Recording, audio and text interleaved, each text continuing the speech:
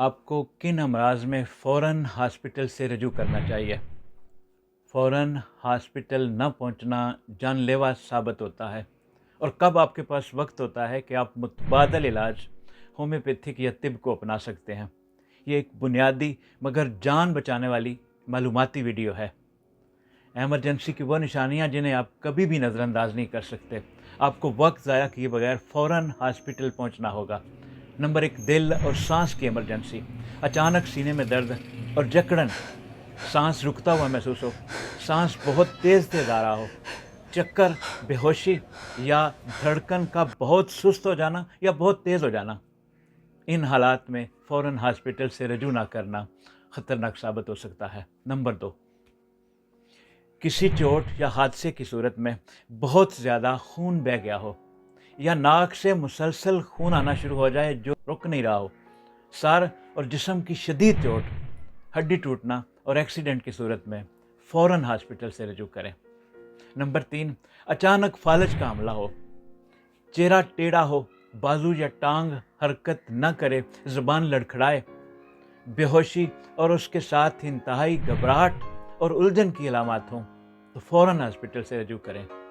Number 4، مختلف قسم کی انفیکشنز، ایسا تیز بخار جو 104 فارنہائٹ سے اوپر چلا جائے، دمہ کا ایسا اٹیک جس میں مریض بیٹھ کر بھی سانس لینے کے قابل نہ ہو، اپینڈکس کا شدید درد، گردے یا مثانے کی پتھری کا ناقابل برداشت درد، پیٹ میں اچانک تیز درد یا پیٹ میں سوجن ہو۔ ان علامات میں وقت ضائع کرنا خطرناک ہو سکتا ہے۔ دوسرے نمبر پر وہ بیماریاں جن میں آپ کے پاس وقت ہوتا ہے، ان میں کرونک یا پرانی بیماریاں ہوتی ہیں، مثلاً جوڑوں کا درد، الرجی، عام دمہ، جلدی بیماریاں، ایگزیما یا چنبل وغیرہ۔ نمبر 2، معدہ اور آنتوں کے پرانے مسائل، گیس، قبض، تیزابیت، بواسیر وغیرہ۔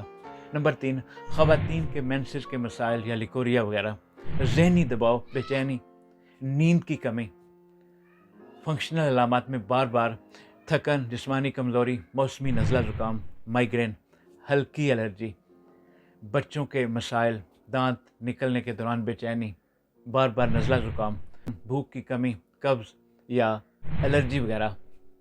یہ وہ مسائل ہیں جن میں جان کو فوری خطرہ نہیں ہوتا۔ یہاں آپ متبادل ذرائع، ہومیوپیتھک، طب یا علاج بالغذا، ان سے فائدہ لے سکتے ہیں اور اکثر نتائج حیران کن ملتے ہیں۔ زندگی اور علاج دونوں سمجھداری مانگتے ہیں۔ نہ ہر بیماری ہاسپٹل والی ہوتی ہے اور نہ ہر مسئلہ گھر میں ٹھیک ہو سکتا ہے۔ بس یہ اصول یاد رکھیں کہ اگر مسئلہ اچانک تیز یا جان لیوا لگے تو فوراً ہاسپٹل سے رجوع کریں۔ اگر مسئلہ پرانا، آہستہ بڑھنے والا یا غیر خطرناک ہے تو پھر متبادل علاج کے ذرائع استعمال کریں۔ اپنا خیال رکھیے۔ بہت شکریہ۔ السلام علیکم۔